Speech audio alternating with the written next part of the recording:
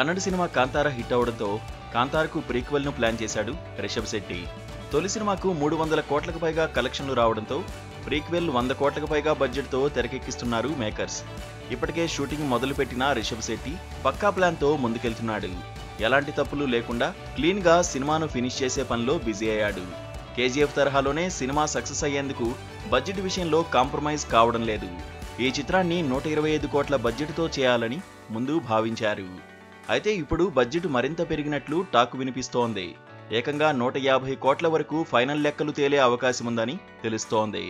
ఈ సినిమాలోని కీలక ఎపిసోడ్ కోసం కుండపొరలో భారీ సెట్ ని ఏర్పాటు చేశారట. దీనికి కోట్ల రూపాయలు ఖర్చయినట్లు తెలుస్తోంది. ఈ కారణంగానే ముందు అనుకున్న దానికంటే బడ్జెట్ పెరిగిందని తెలుస్తోంది.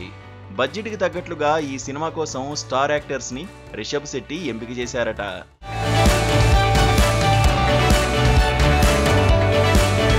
అంతేకాకుండా ఈ సినిమాలో ఎన్టీఆర్ స్పెషల్ రోల్ చేసేందుకు కూడా గ్రీన్ సిగ్నల్ ఇచ్చాడు.